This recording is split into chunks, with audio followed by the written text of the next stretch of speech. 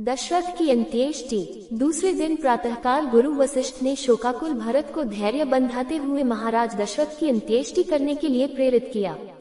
राजगुरु की आज्ञा का पालन करने के लिए प्रयास करके भरत ने हृदय में साहस जुटाया और अपने स्वर्गीय पिता का प्रेतकर्म प्रारंभ किया। तैलकुंड में रखे गए शव को निकालकर अर्थी पर लिटाया गया। अर्थी पर पिता का शव देखकर भरत का हृदय चीत्कार कर उठा। रो रो कर वे कहने लगे, हाँ पिताजी, आप मुझे छोड़कर चले गए। आपने तनिक भी विचार नहीं किया कि अनाथ होकर मैं किसके आश्रय में जीऊंगा। आप मुझसे बात नहीं कर रहे हैं क्योंकि आप मुझे दोषी समझते हैं। आप स्वर्ग से धार गए, भैया राम वन को चले गए। अब इस अयोध्या का राज्य कौन संभालेगा। भरत को इस प्रकार विलाप करते हुए देख महर्षि वशिष्ठ ने कहा, वत्स, अब शोक त्याग कर महाराज का प्रेतकर्म आरंभ करो। उनके ऐसा आदेश देने पर भरत ने अर्थी को रत्नों से सुसज्जित कर ऋत्विज पुरोहितों तथा आचार्यों के निर्देशानुसार अग्निहोत्र किया। भरत, शत्रुघ्न और वरिष्ठ मंत्रीगण अर्थी को कंधे पर उठाकर शमशान की ओर चले। रोती बिलखती प्रजा भी शवयात्रा में पीछे पीछे चलने लगी। अर्थी के आगे निर्धनों के लिए सोना, चांदी, रत्न आदि लुटाए जा रहे थे। सरयू तट पर चंदन, गुग्गुल आदि से चिता बनाया गया और शव को उस पर लिटाया गया। सभी रानियां विलाप करके रोने लगी।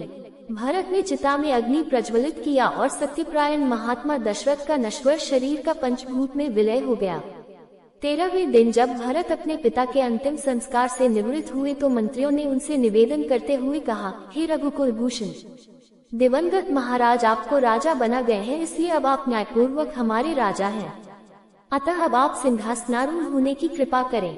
इस पर भरत बोले, सदा से रघुकुल की रीति रही है कि पिता के स्थान पर ज्येष्ठ पुत्र ही राजा होता है, इसलिए इस सिंहासन पर मेरा कोई अधिकार नहीं है। इस पर केवल धर्मात्मा राम का ही अधिकार है। मैंने निश्चय किया है कि मैं वन से राम को लौटा लाऊंगा। उनके स्थान पर मैं स्वयं 14 वर्ष पर्यंत वन में रहूंगा। अतः आप सभी तत्काल भैया राम को वापस लाने के लिए वन में जाने की तैयारी करें। भरत के इस कथन ने सब में एक नया उत्साह उत्पन्न कर दिया।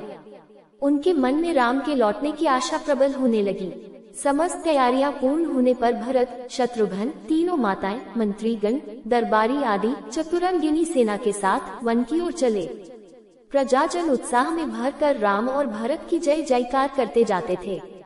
राजा गो के नगर श्रृंगवरपुर के निकट गंगा तट पर उन्होंने अपना पड़ाव डाला।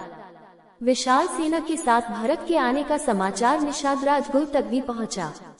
उन्होंने अपने सेनापतियों को बुलाकर कहा, सेनापतियों, आप लोगों को अच्छी प्रकार से विदित है कि रामचंद्र हमारे मित्र हैं।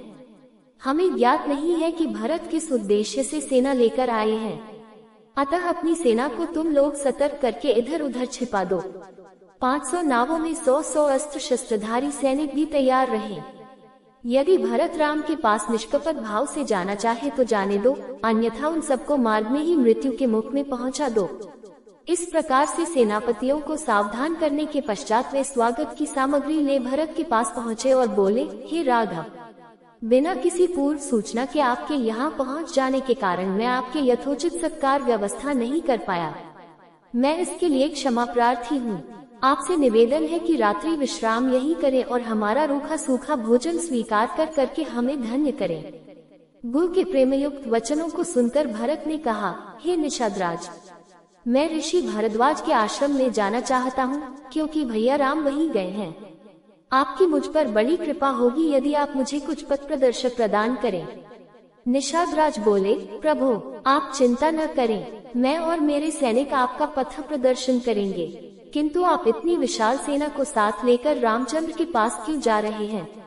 निषाद के हृदय की शंका का अनुमान कर भरत बोले, निषादराज, मैं भैया राम को वन से लौटाकर उनका राज्य उन्हें सौंपना चाहता हूँ, क्योंकि वे मेरे बड़े भाई और पिता के तुल्य हैं। मेरे इस कार्य के लिए मेरी माताएं और मंत्री आदि भी मेरा साथ दे रहे हैं। भरत के वचन सुनकर गो को संतोष हुआ।